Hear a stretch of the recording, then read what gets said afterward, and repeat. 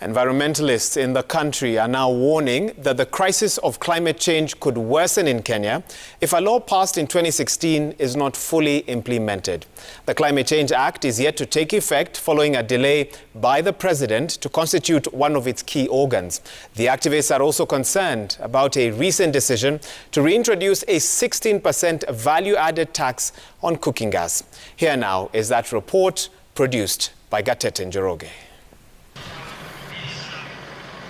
With the impact of climate change now touching nearly every village and town in Kenya, activists are raising the red flag again. The city of Nairobi has warmed more than average warming in the African continent.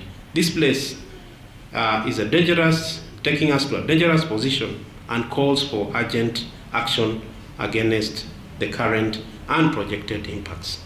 But amid the growing concern, a law passed by Parliament in 2017 that would have released millions of shillings for the fight against climate change remains in limbo.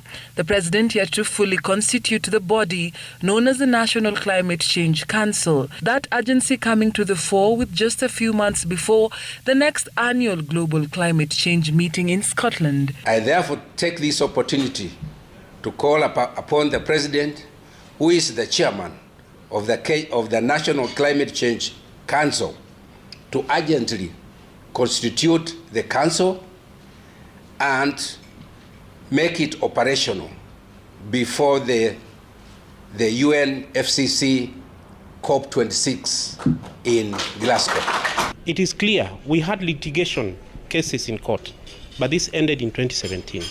So the Parliament approved names and took them to the Ministry of Environment to be taken to the presidency. Now we are in 2021. Nothing has been done. Resources have not reached the people. So the delay is impacting us negatively. During the last budget reading, the National Treasury Cabinet Secretary Ukuri Yatani said that the government had already mobilized funding of over 18 billion shillings to support local climate change initiatives. But the fate of all that is now in doubt. For climate change to succeed, the civil societies work directly with the counties, because that's where the action is. At the national level, there's too much policies, there is too much talking, there's too much meetings all over the place, but no action. This is an optional moment. Now that we are going to Glasgow in the next few months, we'll do what is required to exert enough pressure on the executive to make sure it's operationalized.